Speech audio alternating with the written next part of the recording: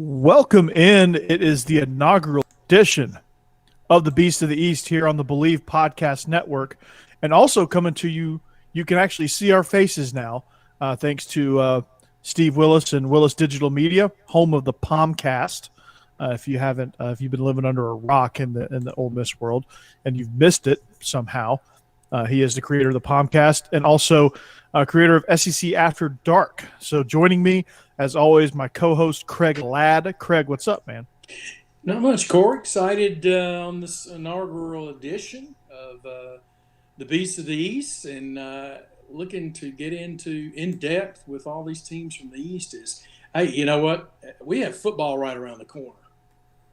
Yeah, absolutely. SEC Media Days is upon us next week on the 19th, and there's going to be a lot of great storylines leading into SEC Media Days. But yeah, I wanted to, when I was thinking about rebranding, coming from coaching chatter over to, trying to brainstorm different ideas, I wanted something that wasn't going to be redundant with SEC After Dark. I wanted something that was going to kind of feed into it because I know I was going to do that project with Steve, and I knew we were going to kind of have this partnership on the video side of it.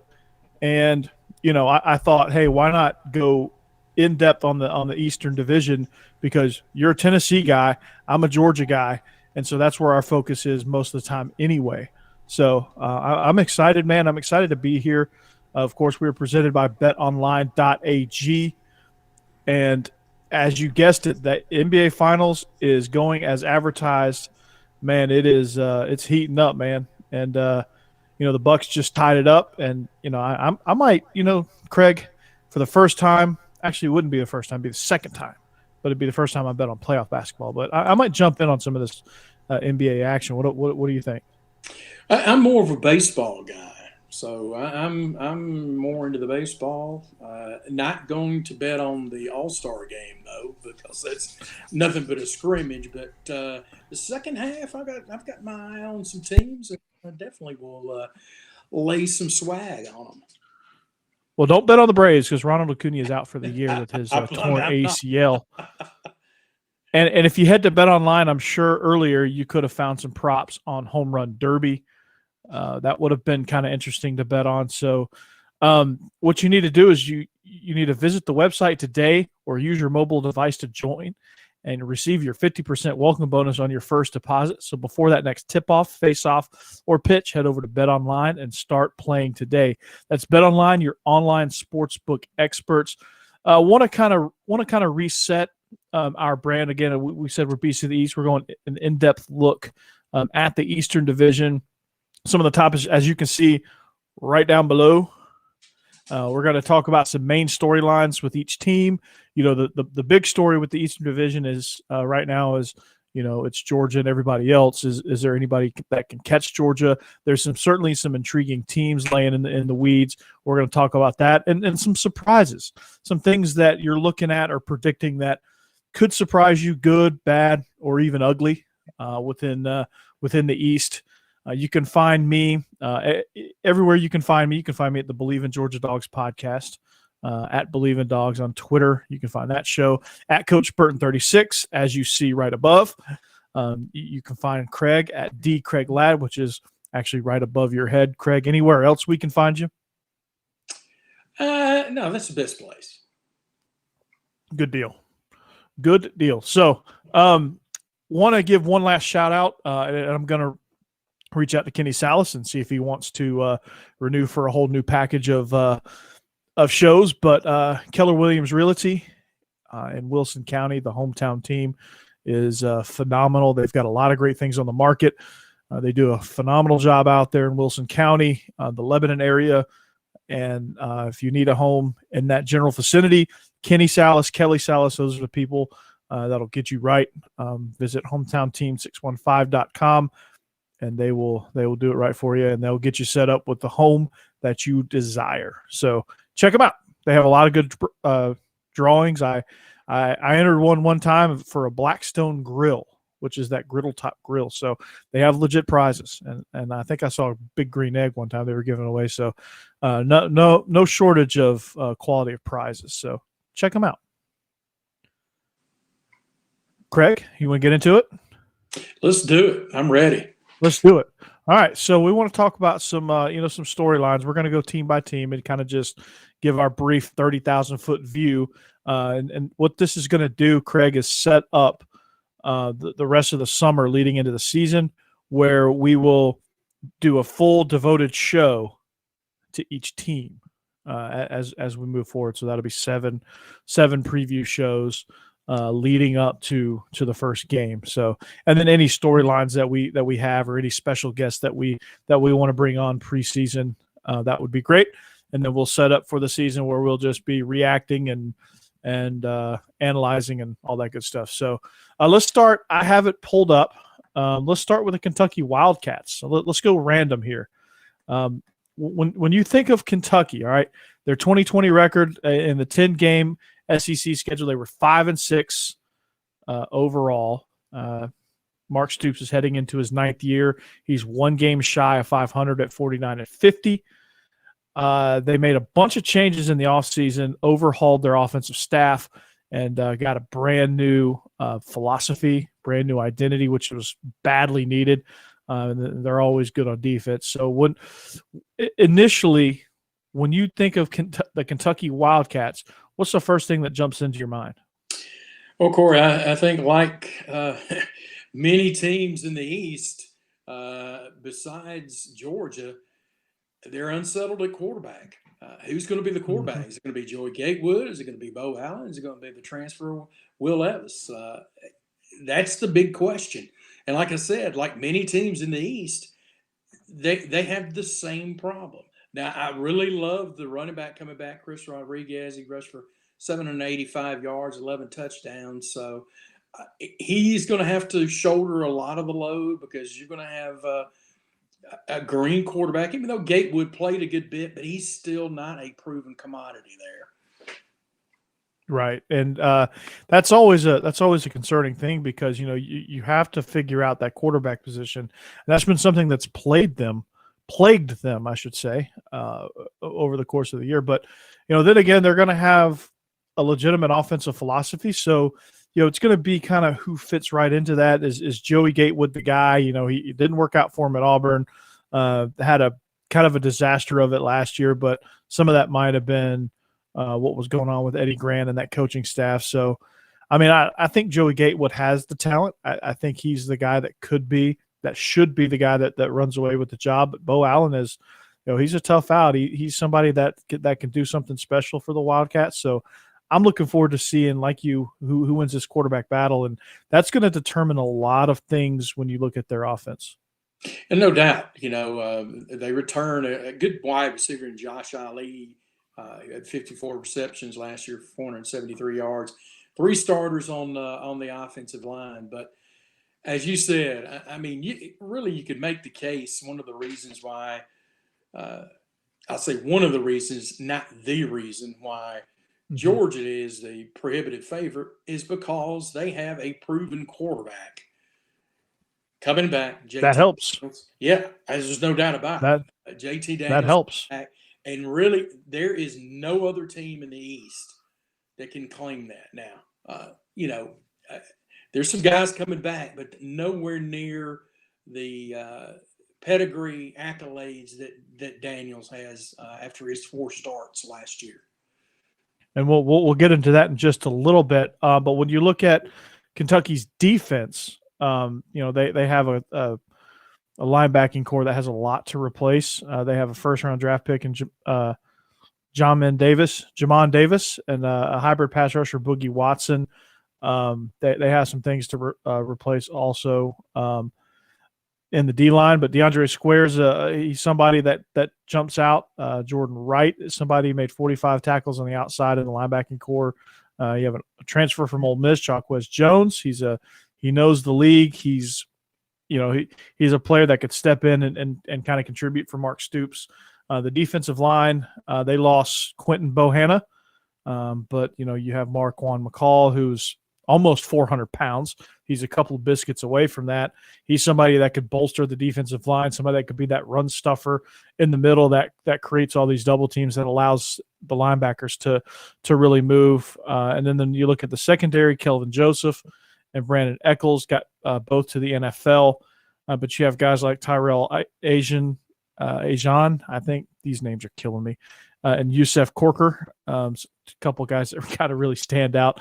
Eventually, I'll be able to get their names right. They make enough plays, I'll get their names right. But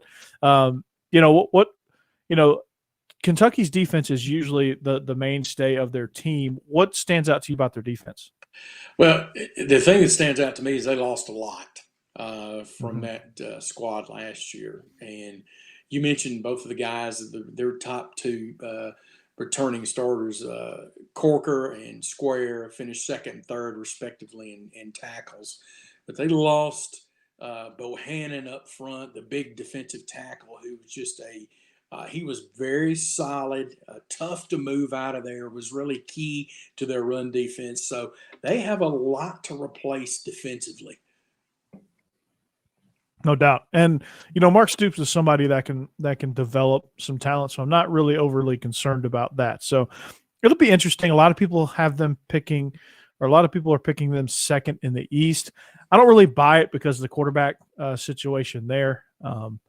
But I think they're going to be certainly a team that's going to be difficult to deal with down the stretch, or certainly difficult to deal with throughout the course of the season, especially at home. For whatever reason, the big grocery bag, Kroger Field, is very, very, very difficult to handle. So you mentioned JT Daniels and the pedigree that he brings. You look at the Georgia Bulldogs, they are the unanimous favorite to win this division, to win this conference, and some people are picking them to win the whole thing. So when you look at Georgia, obviously JT Daniels is the name that stands out. But you look at some of the other playmakers. Eric Gilbert comes in from LSU to kind of help bolster that receiving core. You have Zamir White, James Cook at running back. You have Jamari Sawyer leading the charge on the offensive line. You have DeAndre Washington, or Darnell Washington, I should say. DeAndre Washington is a former Texas Tech running back, but no, you have Darnell Washington at tight end. The biggest story coming into this is how they're going to replace George Pickens. They're going to do it by committee, I think, Craig. And this offense is expected to be explosive. I think it's going to be explosive. Steve last week on the SEC After Dark asked if Kirby was going to take his mitts off the offense. I said yes. Craig, where do you stand on that? Well, I think he should, Corey. Daniels is one. He proved himself to be a star in the making. In those 4 games that he started, he passed for 1,231 yards and 10 touchdowns. The offense was much better with him there. The running game seemed to open up. They posted 332 yards on the ground, also 316 yards on the ground against South Carolina and Missouri, respectively. So it really opened up the ground game for them. Zamir White is extremely talented, and Cook is a really good complement to him. They're going to be very, very talented in the backfield. It hurts losing Pickens. The guy is NFL caliber player. But you get Kyrus Jackson coming back, who had 36 catches for 514 yards last year. And I thoroughly expect Gilbert to be lined up outside and have Washington at tight end. I expect to see that for them. They're a little depleted at wide receiver. Gilbert is enough of an athlete that he can be out wide. And so he's going to be hard to handle out there for a DB or safety. Yeah, no doubt. I mean, they have Jermaine Burton, Arian Smith, who was, I think he qualified second or third in the track finals in the 100-meter with a 10.3, just behind Matthew Bowling, who I think finished first. They have Marcus Rosemy Jack Saint. I always get his name wrong because it's that long hyphenated one. He's somebody that suffered a brutal injury in the Florida game. So they have a lot of guys. Obviously, they're all unproven. Jermaine Burton is the name that I keep hearing that stands out amongst that group. But they're going to have to lean a little bit on their running backs. They're going to have to get really creative with James Cook. I think that's going to be kind of the X factor. What can he do? in this offense because you know what Zamir White's going to give you. You know what Darnell Washington is going to give you. You know what some of these receivers are going to give you. The true X factor is going to be the number 2, number 3 running backs. How do they factor into the game plan? What damage can they do? Kendall Milton is a name, as a sleeper to watch out for. He's somebody that can emerge at the top of that pile. He's somebody that can get a hot hand real quick. But when you look at Georgia's defense, actually, you know what? I'm going to rewind that, Craig. Let's take a look at the offensive line. That's the biggest question mark on this offense to me, is how are you going to replace Ben Cleveland, Trey Hill? You know, you're shuffling some guys around. You're going to have some inexperience at the tackle spots. You're going to have some guys, you know, maybe playing out of position. You're going to have Sawyer coming down to play guard, and they return veteran Justin Schaefer. They're going to have a new center. How does that all work? Matt Luke is somebody that's not only recruited well, but he's somebody that has been able to develop those guys and get them to play as a fairly cohesive unit. They're going to have to really be cohesive really quick because the first game is against some team from the ACC. I don't know if you've ever heard of them, Clemson. So what about this offensive line? You know, what do they have to do? Like, what do you want to see out of this group in game one? But, you know, I mentioned that, you know, they posted over 300 yards rushing against South Carolina, Missouri. But I also can look at this. They only had 8 yards rushing against Mississippi State and 45 against Cincinnati. So, you know, they're a little up and down as far as their run blocking goes. So you're right. That is a little bit of a question mark. And, you know, you got to have that balance. That's critical for them. And, you know, as I said, when Daniels came in, the running game improved. But it was a little up and down the entire year. You know, besides those 300-yard rushing efforts, you know, like I said, 8 yards and 45 yards against Mississippi State and Cincinnati, respectively, is not very good. Even though they won both those games, you got to do better than that. Yeah, no doubt. Absolutely. You have to get to be more consistent. And I think they're going to have some more athletic guys at tackles, even though they're not quite as experienced. You have Amarius Mims, who was a very heralded 5-star recruit. Tennessee almost got him, actually.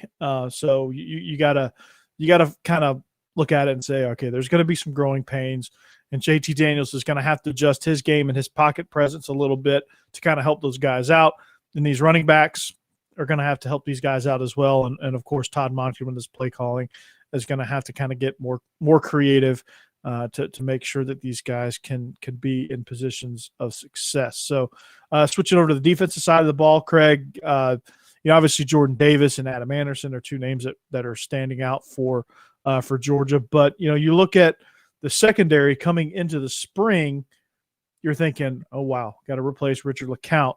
Got to replace all these corners that went to the NFL, Tyson Campbell and Eric Stokes, and then you lose a couple of guys to transfers. All of a sudden, your secondary is kind of a crapshoot. Well, in steps De'Aaron Kendrick, in steps Tyke Smith, in steps Brandon Turnage, and then obviously he steps right back out. But you know, you look at some of these transfers that come in to add to. You know, obviously Jalen Kimber, Keely Ringo, Chris Smith, Latavius Brini, some of the guys that got some work down the stretch. What kind of stands out to you about this defense? Are they going to be okay in the secondary? I think so. You know, they are stout in the middle. Corey, you mentioned Jordan Davis, Devontae Wynn, Jalen Carter. Man, those guys are all NFL caliber players, NFL Absolutely. Size, and you just don't move them, as proven by the fact that they only allowed 72.8 yards per rushing last year and a minuscule 2.4 yards per carry. I mean, you take away that Alabama and Florida game, you take away those Alabama and Florida games, their defense was eye-popping. And you know, those linebackers you mentioned, and Anderson, Nakobe Dean, Nolan Smith is I'm telling you, is a stud. He is going to be really, really good. He's going to be a household name in the SEC this season. Absolutely, and I'm excited about this linebacking core. They are they're fighting for number one unit on that defense with the defensive line, and our guy from Lebanon, Zion Logue, is he's going to be a rotational guy. I've kind of seen some great things out of him. He had a really good spring, so he's going to kind of make some noise as well. So the Bulldogs are obviously the unanimous favorite. A team that's really struggling. We're going to talk about your Vols here. Brand new head coach Josh Heupel has already made some moves. Caden Salter, of course, is transferring to Liberty after being dismissed.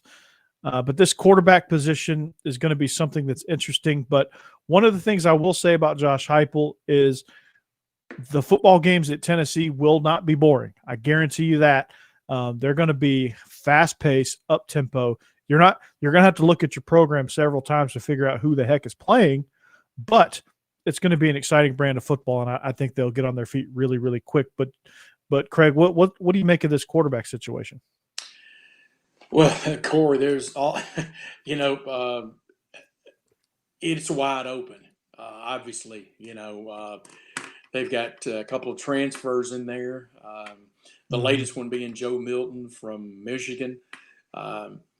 You got Harrison Bailey coming back, who played a decent amount last year, and then also, Brian Maurer also coming in, so who's played some. But again, as I said before, lots of question marks at the quarterback position in the East besides Georgia, and Tennessee obviously is one of those teams. I think Tennessee, I agree with you, they're going to be exciting to watch. And I think the fan base, let's say they finish below 500, which I expect them to do. If they're an exciting brand of team, exciting team, up and down the field, scoring a lot, et cetera, then I think the fan base is going to be okay with that. They're going to expect them to not be very good, just coming off of, the poorest year that they had last year. So, so many holes, though. I mean, they lost so much. The running back positions also up in the air. So it's really offense. But, you got to have playmakers, and right now they are lacking playmakers. Yeah, it's going to be, like I said, you're going to be thumbing through your program to see, okay, who's this guy? Where's he from? Why have I never heard of him? It's going to be kind of one of those scenarios. But, my prediction at the quarterback position, I know I said in previous shows that we've done on when we were still coaching chatter, that I thought Harrison Bailey was going to come out of that pile just because he's been in Knoxville. But the more I kind of think about it, the more I kind of evaluate it. I think Hendon Hooker is going to be your guy. He's just too dynamic of a playmaker. Somebody it kind of reminds me a little bit of what Mackenzie Milton was for Josh Heupel before he got hurt. Just kind of that guy that can do everything and hurt you in multiple different ways. He's somebody that can make a decent offensive line look better than it is. He's somebody that can add a dimension to the run game where you don't have one. And I don't know. I don't know how well he's going to do making these receivers look good. That's going to be a tall order for anybody. It doesn't matter if it was Tom Brady or me. These receivers are going to struggle no matter what. But when you look at this defense, Alex Golsh comes over as defensive coordinator. He's got a lot of work to do. They allowed 407 yards and 30 points per game last year. Obviously, new coaching staff. We don't really know where those numbers will end up. But you have to think with the style of offense they're going to play, this team is going to be out there a lot. You lose Henry 2.020 to Alabama. The rich get richer in that regard. Quatavius Crouch is now at Michigan State. DeAndre Johnson is a Miami Hurricane. And I think everyone on that defense has transferred. But they got Juwan Mitchell from Texas to help on the inside. Jeremy Banks is also somebody. He's their team's leading linebacker. He comes back with 28 tackles. It's kind of sad. The defensive line is going to be disruptive. They typically always are. Elijah Simmons, the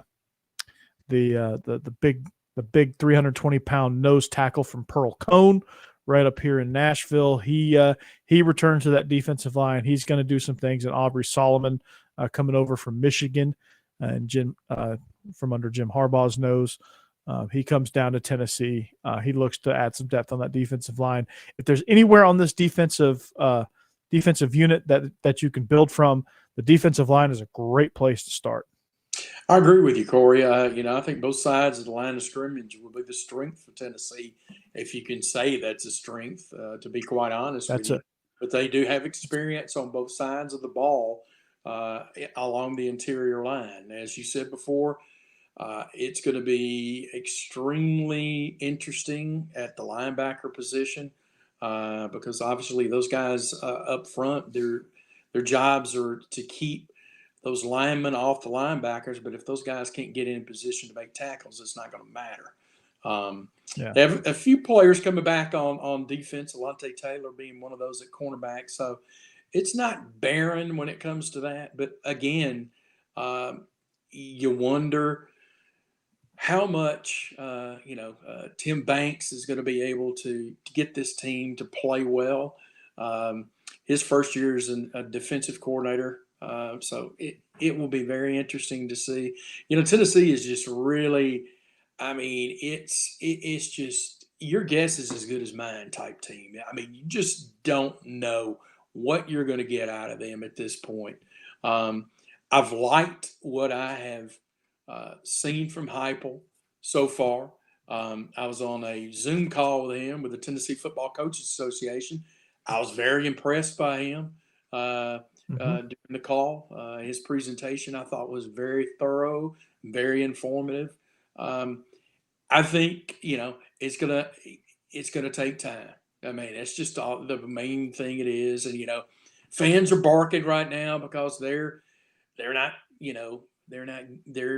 getting the quote unquote big name commitments so far. And to be quite honest, I don't know what you expect coming off of.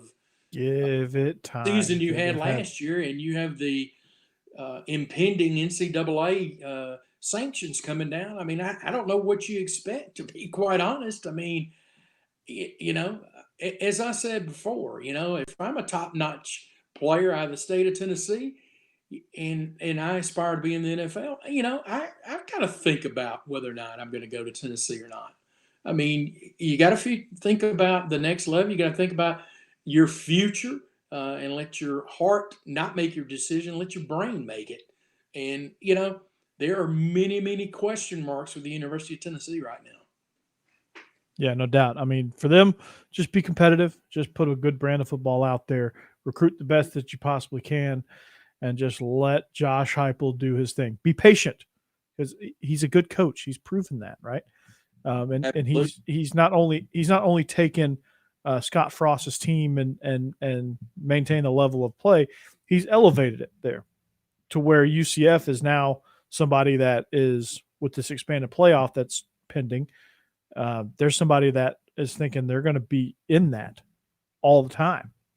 So Josh Heupel kind of took it and elevated it, and you see what Scott Frost is doing over at Nebraska. He's a banana peel away from getting fired. So just be competitive. Tennessee fans, just be patient. I know that's a difficult thing to say.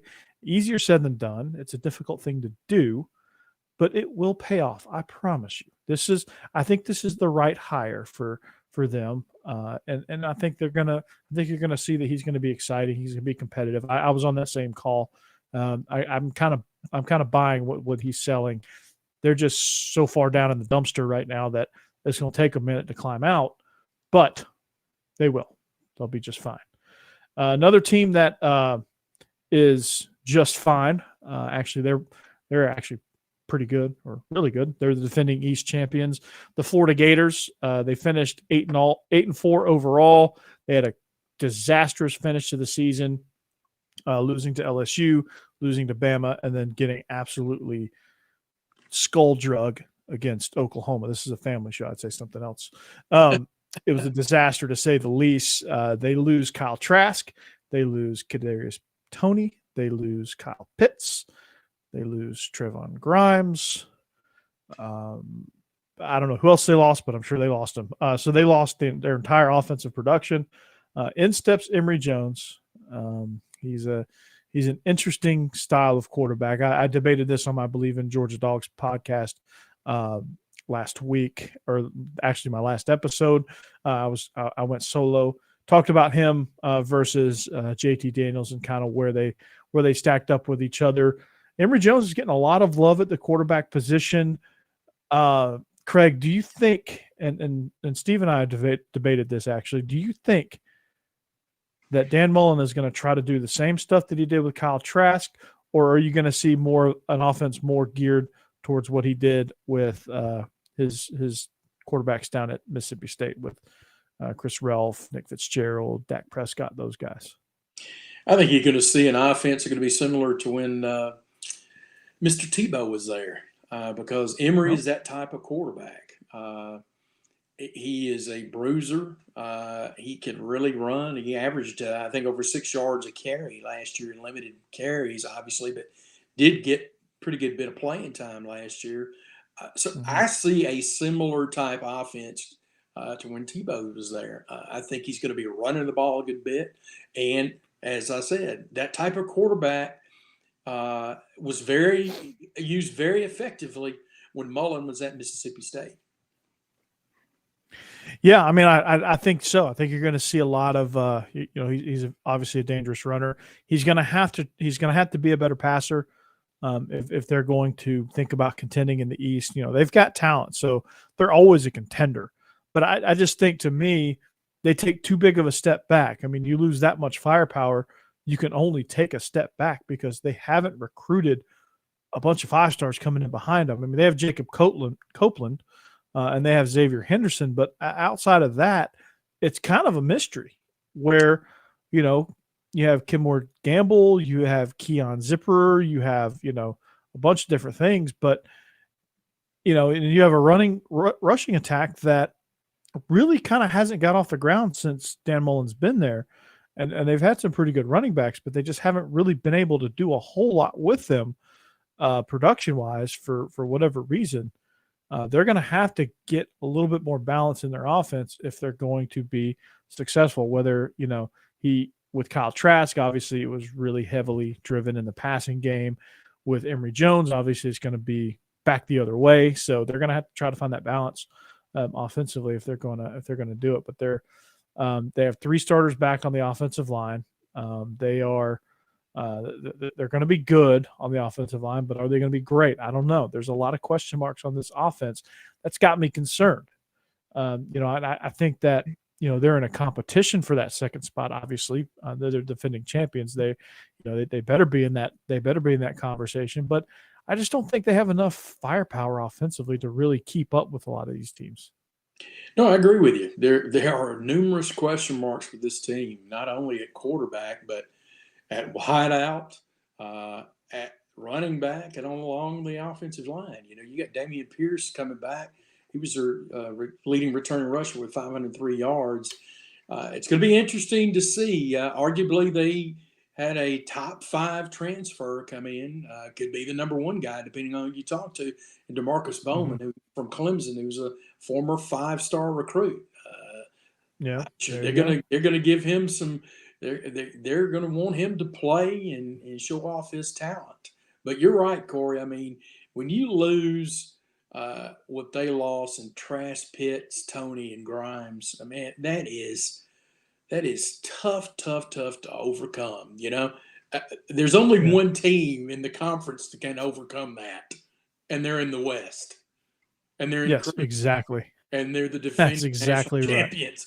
I don't know of any other team in the SEC that can overcome those kind of losses. Right. And it's even going to be a challenge for Bama. So I can only imagine what it's going to be like for Florida. So defensively, a lot of talent. But when you have Todd Grantham calling shots, 3rd and Grantham and the shouting matches that him and Dan Mullen get into on the sideline doesn't help too well. And, I think the first sign of trouble, you could see Todd Grantham out the door. So This defense, what stands out to you about that? I mean, Brenton Cox is somebody that I really like. He's a 250-pound hybrid on the outside. He's kind of that mold of the Adam Anderson type role that a lot of these teams are going to. He's a former Georgia player. I like Zachary Carter as well. He's somebody that can play all over the place in a bunch of different situations. I like Ventrell Miller, Mohamed Dibati, Amari Burney. As well. I like in the secondary. I really like Khalil Elam. He's a good corner, big physical guy, 6'2", 195 pounds there. I think this defense is not going to be void of talent. It's just going to be putting it together and playing with your backs against the wall. And I think this offense is not going to do them any favors by putting them in some bad situations. So this defense is going to have to kind of carry this team. I think they have the ability to. I'm not so sure with the leadership on this defensive unit that they can. And a lot of it is I don't think Todd Grantham is a bad coach. I just think when you get an NFL guy in college, and he's been in college for a while, still hasn't really figured out that your playbook can't be 2 miles thick because you just don't have the time for these kids to learn it. So that concerns me. I don't know. I mean, maybe you see it differently, Craig. I don't know. I just, this defense is going to be good, but I think there's going to be some holes, and I think there's going to be some opportunities to score on these guys. To be quite honest, I'm surprised Grantham retained his job. That's the first surprise in that for me. I thought for sure he would be gone. These numbers right here, if you don't know the SEC and don't know who posted these numbers, 170 yards per game rushing allowed, 428 total yards per game allowed, and 31 points per game allowed. That is not Florida. If you told me at the beginning of the year that would be the numbers for Florida's defense, you'd have had everything I owned. There's no way I would have thought that. But they were horrible. And, yes, they were. I do like the trio of linebackers that you mentioned in Miller and Cox and Diabate. But I tell you, Corey, I just don't think they're going to be able to turn it around that quickly and be able to improve in a significant amount, significantly when it comes to the terrible numbers that they allowed last year. Yeah, absolutely. I'm with you right there. So this is going to be an interesting year for Florida. It could. I mean, and the same is true for any team in the country. But I think this is going to be kind of one of those things where it's either going to be they're going to be right there neck and neck with Georgia, and the cocktail party is going to be for the division, or they're going to come into the cocktail party with 4 losses, and they're looking to put Mullen's head on the chopping block. And so it could go one of 2 ways. I mean, they're a team that's very streaky. They get hot and do their thing. But, I think it's going to be closer to the latter. It's going to be a tough year in Gainesville, unfortunately. There's going to be a lot of changes. I don't know that Mullen's going to get fired, but there's going to be a lot of changes. That's for sure. There's going to be a lot of staff shakeup, I think. So, speaking of staff shakeup. Let me ask you this before you go. If you're a Florida fan, and I pose this question to you, have you been happy with Dan Mullen as your coach? Yes or no? Have I been happy with Mullen as my coach? Yes. As a Florida fan, yes. Okay. I think that's a 50-50 though. Yeah, I think overall they are because they still see him. I don't know. They still kind of he's still kind of in that honeymoon phase. You get Kyle Trask, who was in the Heisman race. You had that season last year. I think bought him a little bit of leeway. I think coming into that season, you would have probably got a vast majority saying no, but he's definitely been the best since Urban Meyer's left. They've had, I think he's somebody that can be really, really good. He's just got to recruit better. But society is what have you done for me lately? And they're lately of Alabama and Oklahoma is not good. No, I mean they had a really good game against Alabama. I guess if you believe in moral victories, but I don't know. There's probably you're probably right. There's probably 50% of people that are in that hold Dan Mullen in a positive light. He's kind of their Mark Richt, I think. Really good. But he's gonna disappoint you a little bit some too. When you get in some of these situations. So I think I don't know. It's a weird scenario. I think ultimately they are happy with him as of right now. That could change very rapidly. This year will be the year. This will be a swing year for Dan. It's a very important, very, very important season for Dan Mullen. But there's a lot of preseason hype around this team. So I don't know. I don't get it, but neither do I. I don't get it, but there is. Emory Jones is apparently one of the talks of the league, I guess. Whatever. Speaking of coaches and changes, South Carolina welcomes in a brand new coach, Shane Beamer. He's got his work cut out for him, right? This team was absolutely atrocious last year. This was one of the, down the stretch of the season, that was one of the worst football teams I'd ever seen. When they played Georgia, that would have been like if Maryville played Glencliff. Oh, what a comparison! If you catch my drift, and if you're unfamiliar with this, reference, Maryville is one of the top teams in Tennessee perennially, and Glencliff is a team that, since they have their shows on HBO. How about that? Okay, yeah, Alco. That's a good example too. And Glencliff is a team that, they almost had to cancel their team because they didn't have enough players. I know they've almost had to cancel their season on several occasions because they had right about I think they came into I coach at Hillwood in Nashville, and Glencliff's in our same school district. They came into our game with 14 players. Craig, 14 players. Yeah, and it's been that way for a while, Corey, unfortunately. I know, and it's sad for them. So, but that's what South Carolina reminded me of last year. This year, they've got some new energy. Shane Beamer is saying all the right things, doing all the right things. I don't know that was the right hire. I think they could have done better, maybe. But they got Shane Beamer, who has a good pedigree, a good family pedigree. His dad, I don't know if you've ever heard of him. His name's Frank Beamer. Resurrected, actually gave life to Virginia Tech's program. I don't know that he resurrected it because that would mean they were great at one point before he got there. But he was kind of that guy that took Virginia Tech and made them relevant. Shane is going to try to do the same at South Carolina. They love him in Columbia, but it's going to be a tough year for him. Luke Doty comes back at quarterback. They do have the best running back, I think, in the league. And I think it's going to be something that is going to be something they hang their hat on for that. That's Kevin Harris is one of the, I think, is the top running back in the SEC outside of Tank Bigsby and Zamir White. But I think you're looking at a team that's going to be woeful a lot of positions, a lot of question marks. Luke Doty's a solid quarterback, but I don't know that he's an SEC caliber. You lose Shi Smith, and you had nothing else with him. That's going to be tough. Nick Muse, the tight end, he returned. That's, I guess, when that's your big shining news of returning talent on the offensive side of the ball.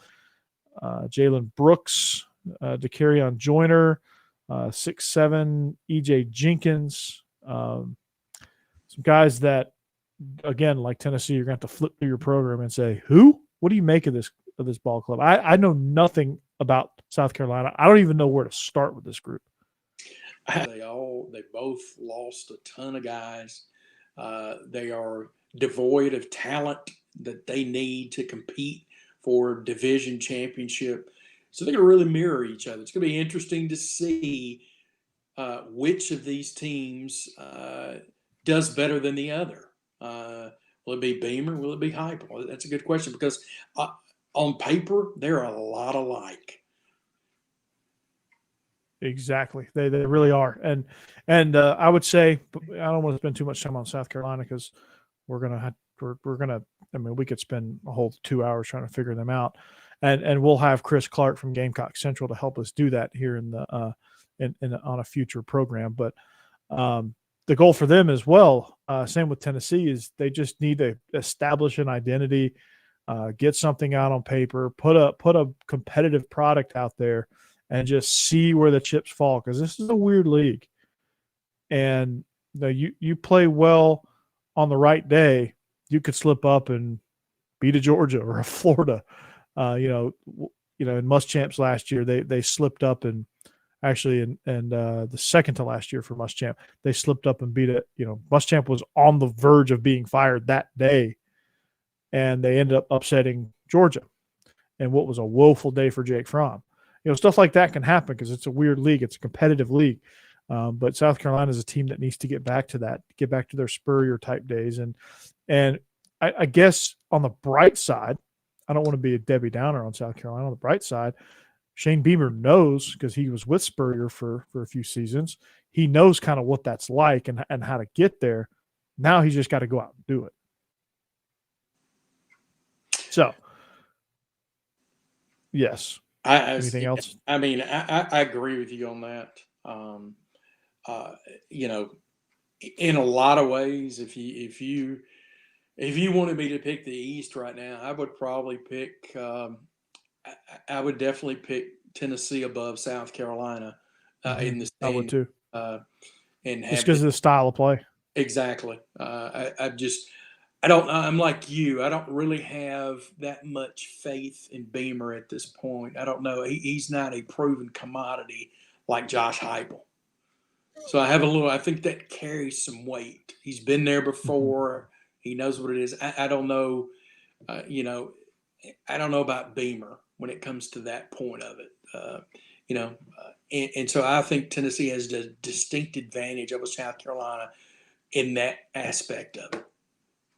Absolutely. Well, the other team in the other Columbia, that is Columbia, Missouri, the Missouri Tigers, Elijah Drinkwitz's first season went about as I thought it would in a 10-game conference schedule, 5-5, had a brutal crossover schedule with starting off his tenure in the SEC against Alabama. Somebody had to do it, I guess. But he learned a lot from that.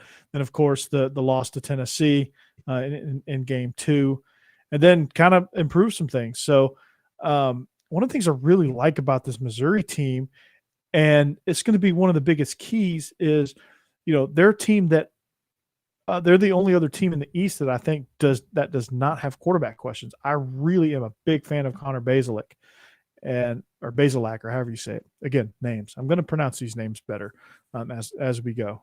Names have never been my forte sometimes, but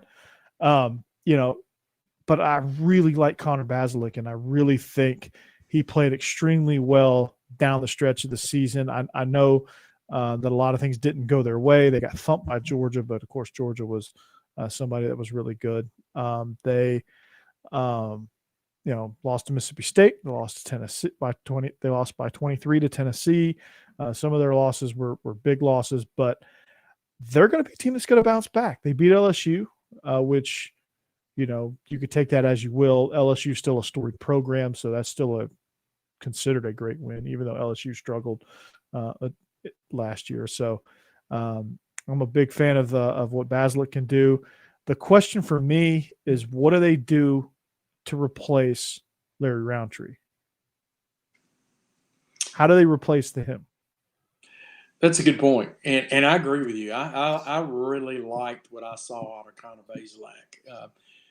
Really got to see him a good bit against Tennessee, and I thought he played very well considering. And then, as you said, he continued to progress and got better and better. I think he has a very bright future ahead of him. And you're right about Roundtree. I mean, he was Mr. Reliable and has been that way for many years during his career at Missouri, rushed for over 900 yards. It's going to be tough to replace that. Tyler Beatty. I'm not upset that he's leaving. I'm not Yeah. upset to see him go. He was a thorn in a lot of people's side. But he was so fun to watch. I really kind of appreciated his talent. That was, obviously tongue in cheek, but Tyler Batty, is he going to replicate that production? I mean, that's a tough ask to do. It is. And Roundtree was extreme. I tell you, the guy was very underrated. I thought he was a very good running back. He wasn't going to wow you with any of his skills were not going to just wow you and jump off the page. He was just a good. But he did everything. He did everything really well, and he was really efficient with his carries. And all of a sudden he breaks off these big runs, and you're like, where did that come from? Right. Absolutely. So, you're right. I think to ease the sting of that, Craig, is going to be Kiki Chisholm. Yeah. He's a pretty good. I like what I saw out of him too. Had 35 catches last year, and to be quite honest with you, he's going to have more catches than that this coming season because they're going to have to throw the ball more with this running game. They will. Just a work in progress. Mm-hmm. Absolutely, and I think you're right on that. They did get an Ohio State transfer, Mookie Cooper. Somebody that could come in and make an immediate impact. I was going to say he could play outside or inside, and I kind of said impact and outside at the same time. You know how you blend those two words. But yeah, he could play inside or outside. He's somebody that can move around different formations. I really like him. Tight ends, Nico Hia and Messiah Swinson, the Messiah, and David Parker Jr. and Logan Christopherson. I think you're going to see a lot of two tight end sets with this group. I think you're going to see some things that they can try to do in the play action game where they're going to take advantage of what they don't have at running back and try to establish enough of a run game so that they can throw. Barrett Bannister is somebody in the receiving core that I'm looking forward to seeing what he can do. There's going to be some guys that are going to be called on to make some production that weren't necessarily huge factors last year outside of Kiki Chisholm, but some guys that have some talent that could do it. And I think they're in the right system to do it. And I think they have the right signal caller to be able to do it. And I think that, they're all growing together and they took a lot of lumps last year. And I think that's going to pay off well for them. I had them coming out of spring as the number 2 team in the East. I don't know where I stand on that. I'm still leaning on standing by that prediction. After we talk to whoever we're going to talk to from Missouri, I'm still trying to figure that out. I'll let you know exactly where I stand on that. But as of right now, I feel really good about that. I feel really good about the production they have coming back, and I really feel good about what Drinkowitz was able to do after a disastrous 0-2 start. What he was able to do overall in his 5-5 season last year. Well, I don't agree with you on that pick, and the main reason I don't is because of their defense. It was horrific. To say the least. Convince me why. Do it. Talk me out of it. When you give up 408 yards per game and 32 points, it's your offense has got to do a lot to be in the game. Is that bad? Yes. Is that bad? It's going to be a shootout league anyway. So they got a few guys coming back. Trajan Jeffcoat had 6 sacks last year. He's coming back, and then a really good transfer from Rice and Blaze Aldridge at linebacker, who had a terrific career at Rice. But, wow, there are a lot of question marks on that defense core. They're going to have to score many, many points in order to be able to finish second in the East. And you know what team they remind me of? And I know Steve's going to be like, man, I don't know if I see that. But they remind me a lot of Ole Miss. You have a really good quarterback who's kind of underrated, a defense that can only go up. And, not necessarily the same. They're not set up in the same way where they have the same type of playmakers, but they're the same type of team that has the capability of scoring a lot of points and is going to have to kind of help a somewhat improving defense. I think Ole Miss is in a lot better shape than Missouri as far as their competitiveness within their division, but they're very similar in kind of where they're at in their development, and they both have head coaches that are second-year head coaches coming from Group of Five, where Lane Kiffin was at FAU and Drinkwitz obviously was at App State. They both had success on the Group of Five levels. Drinkwitz, I guess that was his first job. Lane Kiffin had kind of had a rough go at it in his previous head coaching stops. But both, I think, are very, very similar. Obviously, I would pick Ole Miss 10 times out of 10 over Missouri. But nonetheless, I think for Missouri, their defense can only get better. They can't get much worse.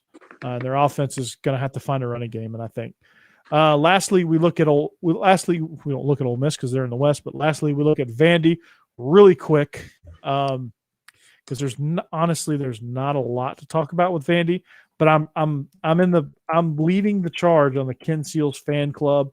To me, I think when you look at Vanderbilt, they have to find an identity. That was something they were lacking last year. I don't care about players. I don't care about obviously Ken Seals is a quarterback that I think can come and do some big noise or come and do some big things and have some good production. But they've got to find an identity, and they've got to stick to that identity. Offensively, same with defensively. They've got to be a tough, physical ball club. I think they need to get back to their James Franklin type, punch you in the mouth, be extremely competitive, do a lot of the little things right, and just come out and hit you. And I think that when they got away from that, they really, really struggled. I thought Mason was going to bring that style with him. You saw glimpses of it, but in the end, it really fell apart. Clark Lee comes in from Notre Dame. Say what you want to about Notre Dame. Their defenses were always tough. I really like the hire of Clark Lee. It was going to be tough to hire anybody for this position. I think, I don't know if it remains to be seen if it was a home run, but in the terms of Vandy, I do think it was a home run for them. I do think they got the right guy for it because he is a Vandy guy. He's somebody that is going to take on the challenge of building this team literally from the ground up. Their team overall that can only get better. They were 0-9, had to cancel their last game with Georgia because they just didn't have enough players. But Ken Seals is somebody that I think is going to be really good for them. I think if they can find him some consistency and an offensive identity to kind of fall into, I think he will do a lot better than he did a year ago. Cam Johnson is coming back. He's bringing 56 catches back to the fold. And, of course, Amir Abdur-Rahim and Chris Pierce as well are two other receivers that can add some pop and some flair in the receiving core. So to me, Vandy, find an identity, play tough, and just compete and see where you're at, right? Just don't finish last. That's your goal, Vandy. Do not finish last. Beat South Carolina. Make South Carolina finish last. Make Tennessee finish last. Win the Tennessee game, win the South Carolina game.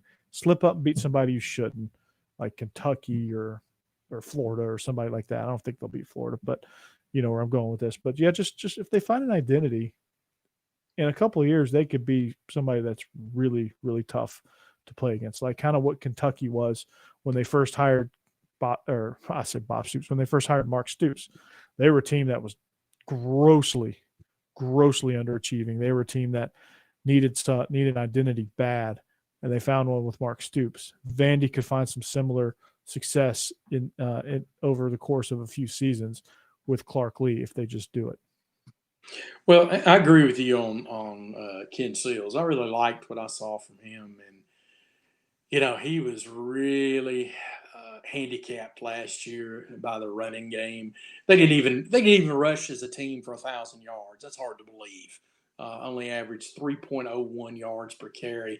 You have to do something in a running game to take the heat off of Seals. I think he's got some really good tools. I think he can be a really good quarterback for Vanderbilt, but they got to be able to run the ball, Corey. If they can't run the ball again, it's going to be hard for them to win football games. I agree with Clark Lee. I think it was a terrific hire. He's a Nashville native, went to MBA, so he's got the pedigree there. He knows the right people to talk to in Nashville, etc.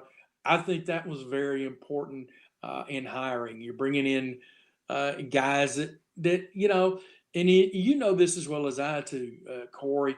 They brought in guys that really didn't recruit the Middle Tennessee area, and there were some players that went off to Georgia Tech, for example, that I thought very well, and Purdue, for example, that I thought could very well play for Vanderbilt, and for whatever reason, they just didn't seem to recruit them.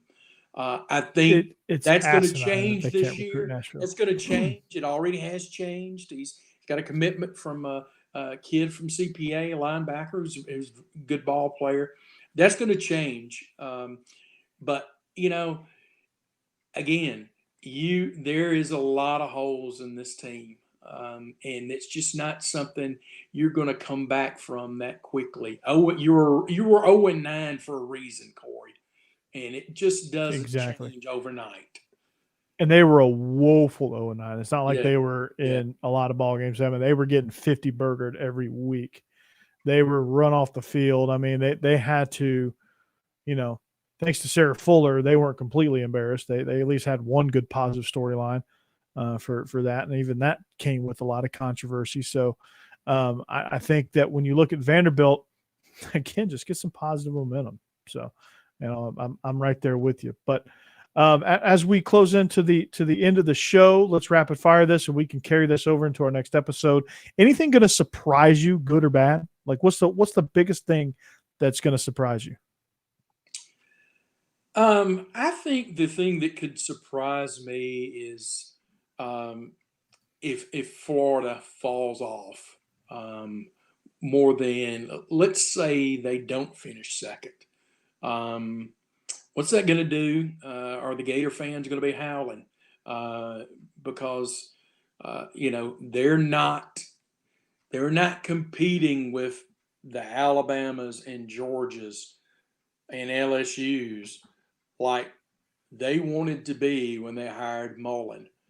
So I think a fall off of Florida, to me, could be a storyline to look at. Yeah, no doubt. I'm with you right there. I think it's Florida. Obviously, that's going to surprise me. I think they're going to trail off. But what's going to surprise me even more is actually of those bottom teams. When you look at South Carolina, Tennessee, and Vandy, I think that as much crap as Tennessee is getting, I think they're going to play a lot better than a lot of people are thinking. I think they're going to be the most competitive of that group. I think Kentucky, a lot of people love Kentucky as their number 2 team in the East. I don't buy it just yet. They're going to have to show me. I think that they're going to surprise you in a negative way. I think they're going to fall off. I think they're going to be, right there. It's going to be, I think it's going to be, as of right now, Missouri, Florida, Tennessee, Kentucky, Vandy, South Carolina, I think is going to kind of be how it shakes out. And only because Vandy has a better quarterback than South Carolina in Ken Seals. And that's how I think it's going to shake out. I'm going to be pleasantly surprised with what Missouri's going to bring to the table. And then of course,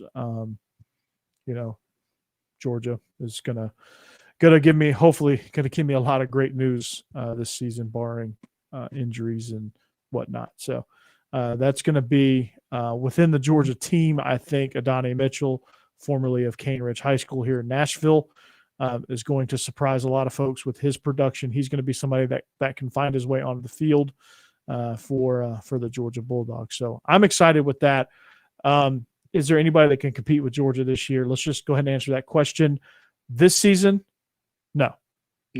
Next season, that's a discussion. But this season, if Georgia plays the way they're capable of playing, not a chance. No. They're going to run undefeated. And I don't know if I'm trying to figure out if I'm more impressed with Georgia as a team, or it's more of the other teams in the East are that bad. It's a combination. It's a combination of it. I think it's just kind of like that perfect storm of Georgia's finally loaded up with enough talent to kind of take down Alabama, and the East is just really down this year, and they're going to take advantage of that. And I don't care if the East has 5 Glencliffs. You win the East, that's great. Go take down Bama, or go take down whoever wins the West. I hope Bama wins the West, because that's who I want to take down, right? I want to take down Saban, get revenge on that. But obviously, I'll take whoever comes out of the West in that regard. So I'm excited. I'm excited for this season. I'm excited for this season of Beast of the East as we wrap up. We are live on Willis Digital Media. You can find us on all of our platforms: Facebook, YouTube, Twitter, on Periscope.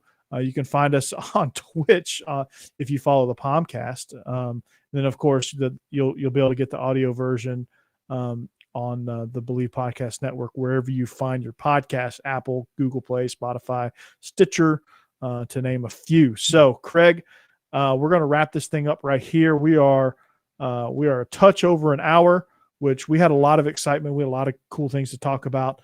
We need one of those buzzers, like those PTI like counting clock buzzers. We need one of those. That's to keep me on track, right? So for Craig Ladd, I'm Corey Burton. This is Beast of the East in our debut run here on Willis Digital Media, home of the Palmcast. Check us out. We're gonna come to you live probably every Monday night as of right now. Check me out on SEC After Dark right here on the same channel, and you can also check me out on the Believe in Georgia Dogs podcast as well. So a lot of exciting things in the future. The Eastern Division is going to get the love that it deserves. Everyone was talking about the West. Not here. We're the Beast of the East.